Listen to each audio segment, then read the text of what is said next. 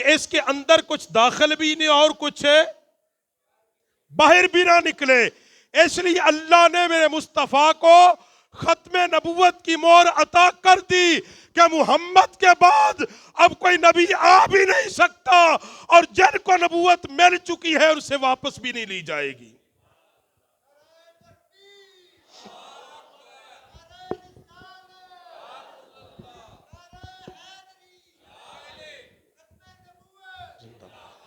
اب یہ ہے حضور کی ختم نبوت کا مطلب. جب رسول اللہ کے پاس مہر نبوت آ چکی، خاتمیت نبوت آ چکی، اب جن کو پہلے مل چکی منسوخ نہیں ہوگی اور کسی اور کو ملے گی نہیں. کوئی اندر داخل ہو سکتا نہیں. میرے پیغمبر نے فرمایا میرے بعد کوئی نبی نہیں. اگر میرے بعد کوئی نبی ہوتا تو عمر ہوتا. اور دوسرے مقام پہ میرے پیغمبر نے فرمایا میرے بعد کوئی نبی نہیں، ہاں مگر میرے بعد 30 جھوٹا نبوت کا دعویٰ کرنے والے آئیں گے. 30 بندے جھوٹی نبوت کا دعویٰ کریں گے. اور پھر پیغمبر صلی اللہ علیہ وسلم سے جنہوں نے ڈائریکٹ دین سیکھا، جن کے سامنے نبی علیہ السلام نے اعلان نبوت کیا، جن کے سامنے اللہ کا قرآن اترا، وہ تھے جناب سیدنا صدیق اکبر، میرے پاک نبی کے راز و نیاز کے ساتھی، غار و ہجرت کے ساتھی، یار مزار کے ساتھی. سیدنا صدیق اکبر نے میرے نبی علیہ السلام کے وصال ظاہری کے بعد اس جھوٹے ختم نبوت کے دعوے دار کے خلاف جنگ کی، اس کو قتل کیا، کائنات کو سبق دیا کہ میں نے محمد سے سیکھا ہے. اگر محمد کے بعد کوئی نبی ہوتا تو صدیق اکبر اس کو مانتا. میں نے اس کو قتل کر کے بتا دیا ہے اب قیامت آئے گی محمد کے بعد نبی نہیں آئے گا.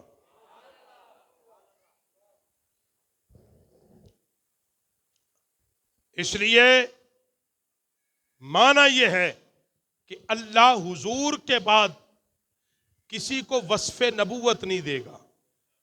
جب حضور کو بھیج دیا ہے، اب حضور کے بعد کسی کو وصف نبوت کسی بھی اعتبار سے، کسی بھی شکل و صورت، کسی بھی ہیبت، کیونکہ اس دجال نے بڑے سارے رنگ گرگٹ کی طرح بدلے تھے.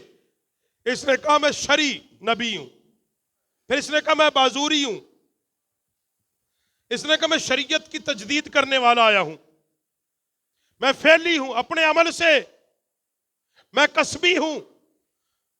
کسبی میں نے اتنی زیادہ اللہ کی عبادت کی ہے، اللہ نے مجھے نبوت دی ہے. مگر یاد رکھو نبوت کسب سے نہیں ملتی. اگر سمجھ جاؤ تو اتنا کافی ہے. نبوت کسب سے نہیں ملتی. نبوت اس کو ملتی ہے جس کو میرا رب چاہتا ہے. نبوت کسب سے نہیں ملتی، محنت سے نہیں ملتی. نبوت اس کو اللہ نے دی جس کو اللہ نے پسند کر لیا، اللہ نے جس کا انتخاب کیا. کسب سے نبوت نہیں ملتی. اور یہاں بڑے سارے لوگوں نے نبوت کے دروازے کھولے، آج وہ نبوت کے ٹھیکیدار ہیں. مگر یاد رکھو اہل سنت کے لوگوں، کل بھی ختم نبوت کے لیے ہمارے بزرگوں نے خون دیا، آج بھی ہم نے خون دیا، اور انشاءاللہ صبح قیامت تک میرے نبی کی ختم نبوت کی پاسداری ہم ہی کریں گے. باقی سب چوری کھانے والے ہیں، سب چوری، میٹھا میٹھا. کڑوا کسی نے نہیں کھایا، کڑوا ہمارے بزرگوں نے کھایا ہے. 1900 ہمارے جب یہ تحریک چل رہی تھی، آج کہتے جی ہمارے بابے تھے قرارداد پیش کرنے والے. میں کہا منہ دو.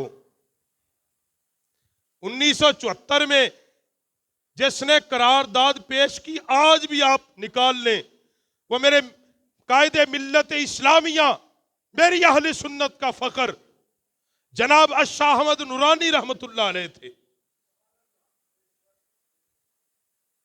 باقی تو ساتھ تھے، وہ چاہے مفتی محمود تھا یا دوسرے تھے یہ جتنے، مگر نورانی صاحب رحمت اللہ تعالی علیہ آپ نے قرارداد پیش کی. آپ نے اس وقت کے منسٹر، اس وقت کے وزیر اعظم ذوالفقار علی بھٹو کو کہا کہ یہ ان لوگوں کو غیر مسلم قرار دے، اور ذوالفقار بھٹو نے کہا تھا، اس نے کہا یہ مولویوں کی بات ہے، ہم ایک سیاسی لوگ ہیں، ہم پارلیمان کے لوگ ہیں۔ نورانی صاحب نے فرمایا تھا یہ سیاست کا مسئلہ نہیں ہے، یہ دین کا مسئلہ ہے، یہ ایمان کا مسئلہ ہے بھٹو، یہ بھٹو ایمان کا مسئلہ ہے۔ اس نے کہا یہ کیسے؟ اس نے کہا تو ملک کا کیا ہے؟ اس نے کہا جی میں وزیر اعظم ہوں۔ تاریخ نے لکھے یہ جملے۔ نورانی صاحب نے کہا بھٹو تو کیا ہے؟ اس نے کہا میں ملک کا منتخب وزیر اعظم ہوں، پورے ملک نے مجھے ووٹ دیا ہے۔ اس نے کہا اب تو سیٹ پہ بیٹھا ہے، تیری موجودگی میں کسی اور صوبے میں کوئی بندہ کہے میں وزیر اعظم ہوں، مانے گا؟ اس نے کہا نہیں، کیوں؟ اس نے کہا وہ بضد ہو کہ نہیں میں ہی وزیر اعظم ہوں اور اپنا حکم چلانے کی کوشش کرے تو کیا ہے؟ اس نے کہا جی وہ غدار ہے وطن کا، اس کو جیل میں ڈالوں گا۔ اس نے کہا بھٹو یہی تو بات میں سمجھاتا ہوں کہ اللہ نے میرے محمد کو آخری نبی بنا کے بھیج دیا ہے۔ اب حضور کی ختم نبوت کے بعد جو دعویٰ کر رہے ہیں ان کی سزا کیا ہے؟ بھٹو کی ذہن میں یہ بات پھر آئی جا کے اس نے کہا ہاں بات تو یہی ہے، بات تو یہی ہے۔ پھر اس نے کہا تھا اسمبلی میں بحث کرائی جائے، اور یہ ایسے کوئی ہتھیلی میں رکھ کے قانون نہیں مل گیا 295 سی۔ ہاں 1953 کے اندر 10,000 لاشیں گری ہیں، 10,000۔ ہمارے بڑے بڑے شیوخ الحدیث انتقال کیا ہے، اور 1974 کے اندر بڑے علماء نے جیلیں کاٹی ہیں۔ ایسے نہیں یہ قانون بن گیا کہ ہتھیلی میں رکھ کے آپ کو مل گیا ٹھیک ہے۔ اب اس کی پاسداری، اس کی حفاظت تیرے اور میرے ذمے ہے۔ ہم نے کام کرنا ہے ختم نبوت کا۔ ہم نے رسول اعظم صلی اللہ علیہ وسلم کے دین کا کام کیا ہے؟ ہم رسول اللہ کی ختم نبوت کا کام کریں، اور ہر گلی، ہر کوچے، ہر نگر، ہر گھر، ہر بازار میں ایک ہی بات ہوگی کہ تاجدار ختم نبوت